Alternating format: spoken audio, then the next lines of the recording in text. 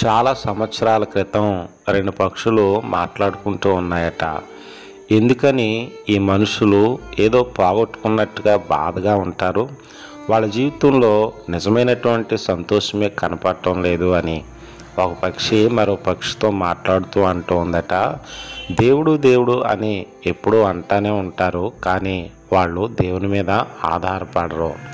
మనం చూడు, వ్యవసాయం చేయటం లేదు, కోతలు కోయటం లేదు, అయినప్పటికీ దేవుడు మనకు ఆహారం ఇస్తాడు అనేటువంటి ఆ నమ్మకం మనకుంది. కానీ ఎప్పుడూ ప్రార్థించే మనుషులు దేవుని మీద ఆధారపడరు, దేవుడు ఇస్తాడు అనేటువంటి నమ్మకం కూడా వాళ్ళకి ఉండదు అని. నిజమే కదా. ఈ రోజున భార్య భర్త మీద, భర్త భార్య మీద, వాళ్ళు పిల్లల మీద, ఉద్యోగం మీద, వ్యాపారం మీద, లోకం మీద ఆధారపడుతూ చాలా పర్యాయాలు మన జీవితంలో దుఃఖాన్ని తెచ్చుకుంటూ ఉంటాం. అయితే ఈ పక్షులు చూడండి, దేవుని మీద ఆధారపడి ఎంతో ఆనందంగా ఉన్నాయి.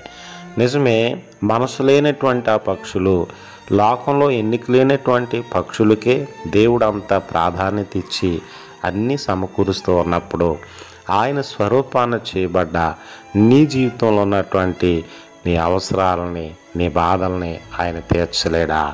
మనం చేయవలసిందల్లా మన దేవునిపై ఆధారపడటమే కదా.